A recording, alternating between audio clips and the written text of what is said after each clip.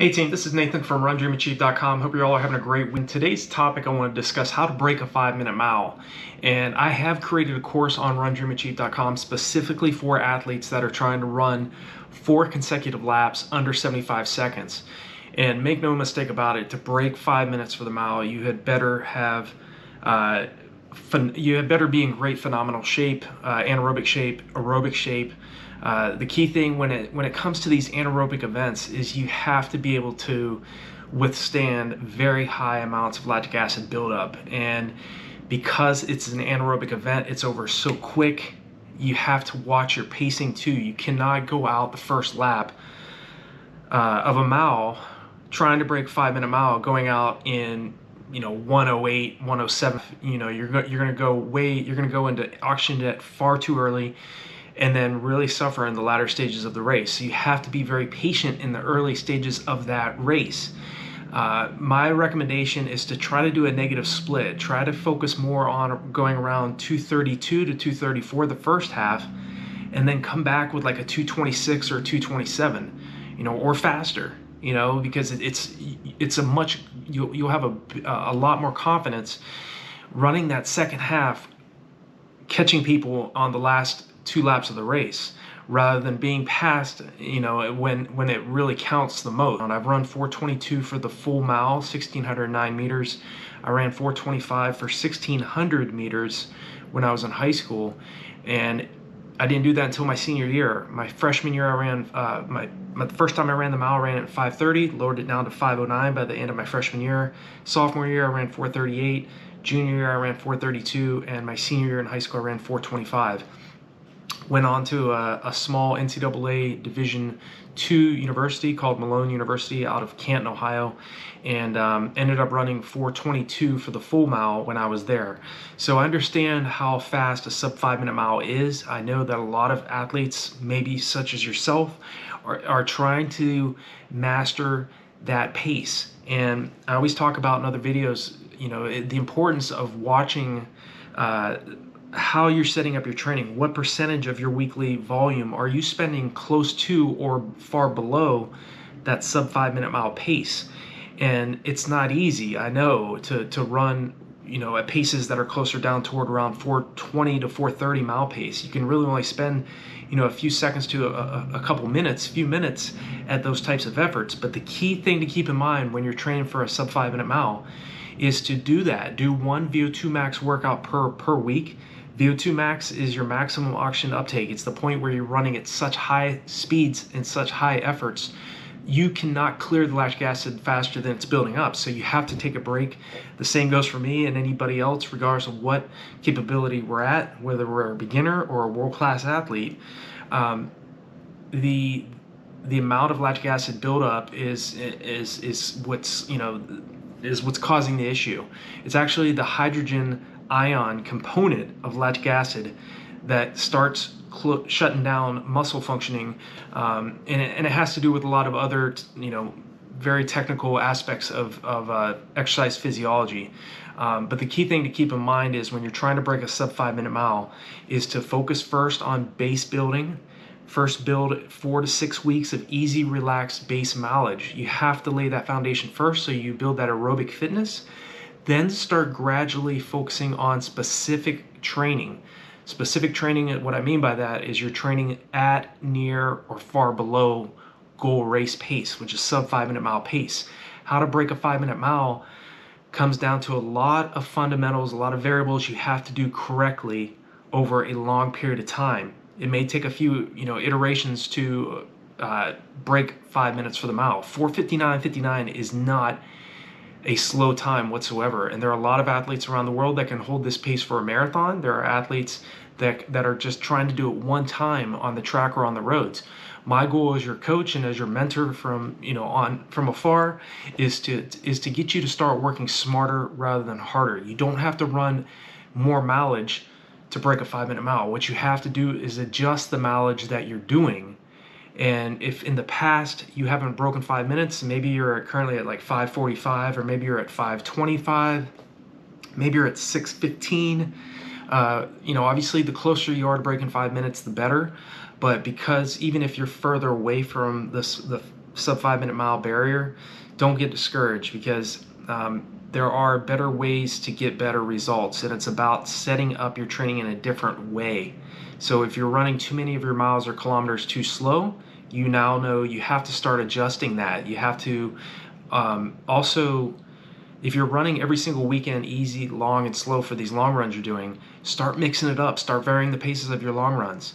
I talk about this in just about all my videos, and the reason why I do that is to reiterate and to continue to remind the athletes that may have not seen these videos the importance of varying up the paces of your long runs. So you're experiencing very easy, relaxed running when there's very low lactic acid buildup, and you can maintain that effort for a long period of time, but also mixing it up where you're running at very, very fast efforts. And breaking a 5 minute mile, maybe it means, when you're doing say a 10-mile long run, every 3 miles, run a sub 6 minute mile in the middle of those long runs. Or maybe if it's say a 16-mile run, doing every 4th mile, run a sub 6 minute mile followed by a 5:30 mile, and then a sub 6 minute mile, and then closing that that 4th harder mile at like 5:30 pace. So it's about varying up the paces, and then as you lower that, you run 1 mile at a harder pace, then run 4 to 5 miles relaxed to moderate effort, and then drop a faster mile time. But it doesn't happen overnight. You don't want to just immediately start doing these types of long runs either, because they're very, very difficult. Obviously you're going to have to be in great anaerobic shape, but also focusing on the speed development. I talk about in other videos the importance of doing strides. So what I try to convey to athletes is the fact that over a 16-week block of training, if you're doing 4 to 6 100-meter strides 2 to 3 times a week during your easy runs or after your easy runs, you're literally spending miles at sprint paces, and that's on top of all of your other weekly training that you're doing. What's great about strides is you focus on form, you focus on gradual speed, where you just you don't go into an all-out sprint from the very beginning. Gradual speed up, and then in the last, say around the last 20 meters of a stride, then you do that part all out. But again, it's about working on speed development. They're very short efforts, so they're not going to build up any lactic acid buildup, any legitimate lactic acid. So you can do these on your after your easy runs, or prior to, or during your easy runs, easy days. Again, it's not about volume that you're putting in, it's about the quality of the training you're doing. I go into very in-depth on this particular topic in the sub 5 minute mile bootcamp course, so definitely check that out. I'll leave a link below this video if you want to look at that. I also have a sub 5 minute mile training plan as well on RunDreamAchieve.com that is specifically built for athletes trying to break a 5 minute mile. My focus personally is to focus on at the end of the third week, we focus on a recovery week. So again, the focus is on rest, because all the hard work that you're doing, all the benefits from the hard work you're doing, you're going to get in the rest period.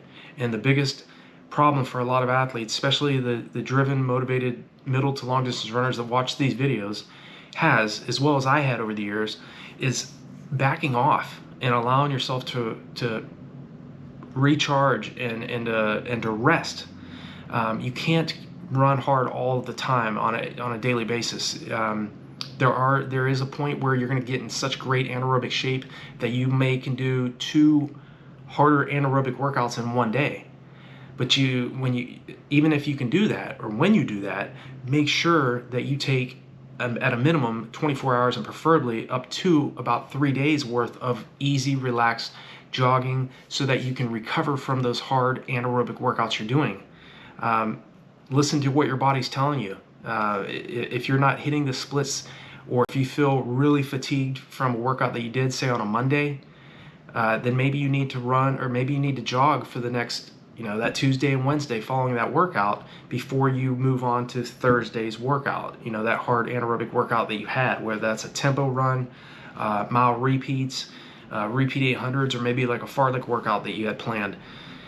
Always listen to what your body's telling you. Also, as as we talk about how to break a 5-minute mile, you also have to be focusing on the other aspects that go into breaking a 5-minute mile. It's the mindset, it's the drive and focus, it's the visualization and believing that you can do this, because it's not an easy goal. It's not going to happen overnight. It's not going to just fall in your lap. You have to visualize yourself breaking that barrier and seeing 4:59:59 or faster on the clock, seeing yourself perform perform well, and to feel strong, and to hear the crowd screaming, and coming around the corner and seeing the time on the clock in the 4s rather than in the 5s or in the 6s. Okay, so don't get discouraged in your training. It's going to be tough. It's going to be a challenge for you. I understand this because I've lived it myself. As again, I started off as a 5:30 miler. I ran the mile, the 1600 meters in 5:30. Later was able to hold 5:19 mile pace for 26.2 straight miles. So it didn't happen overnight. I started running in 1992, didn't run 2:19 for the marathon until 2007. So it's about longevity. Now, in terms of the mile and how to break a 5-minute mile, you're not going to have to wait that long, okay? It's how you set up your training. Look in the past, if you haven't broken the 5-minute mile yet, look at what you've been doing. Have you been running too many miles or too many kilometers too slow? Are your tempo runs too short? I would recommend doing, getting to a point where you can do your tempo runs more toward around 4 to 5 miles, or out to around 8 kilometers, or longer, slightly longer, not much longer than 5 miles. You don't really, as a miler, doing longer tempo runs, training at your anaerobic threshold, the point where lactic acid starts to build up in the bloodstream, that the longer you can spend at that effort, it's going to build that strength and stamina that you need to break a 5-minute mile. Yes, you need speed development. You definitely need to work on your all-out raw leg speed to break a 5-minute mile, but at the same time, you also need to build your strength and stamina. When I mention those faster paced long runs, I don't mean you need to run fast and hard every single weekend. Always alternate a faster, varied paced long run followed the next week by a relaxed, easy jog long run.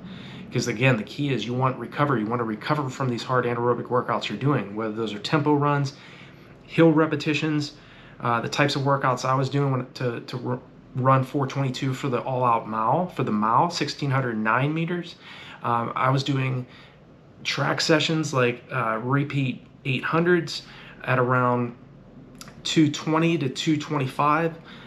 Hill repetitions, I'd find a hill that was anywhere from 200 meters to 300 meters and sprint all out on the way up and jog on the way down, or walk on the way down when I wasn't as fit. So always have a plan in place. It's much easier to follow a plan where you know exactly what you need to be doing on a daily, weekly, and monthly basis than to just be guessing about what you need to be doing on a daily basis. To break a 5-minute mile, you have to be smart, you have to be patient, you have to seek the advice of other athletes that have done what you're seeking to do. And that's my recommendation. I know obviously there's plenty of viewpoints online and offline of how to break a 5-minute mile. I'm just scratching the surface. I'm not even going into details, but I just wanted to share some fundamentals you really need to be thinking about to be able to sustain 74-second pace per 400 meter, and to do that 4 consecutive times better than your competition. So I hope this video was helpful for you. If you have any other questions or concerns, leave me a comment below. If you're new to the channel, hit that subscribe button and the bell icon so when I make a new video, you'll be notified of it. And I wish you all the best, continued success in your training and in your racing. And I look forward to hearing from you all. Definitely leave a comment below if you have any other questions, and I'll reach back out to you. I wish you all the best, and I'll talk to you in the next video.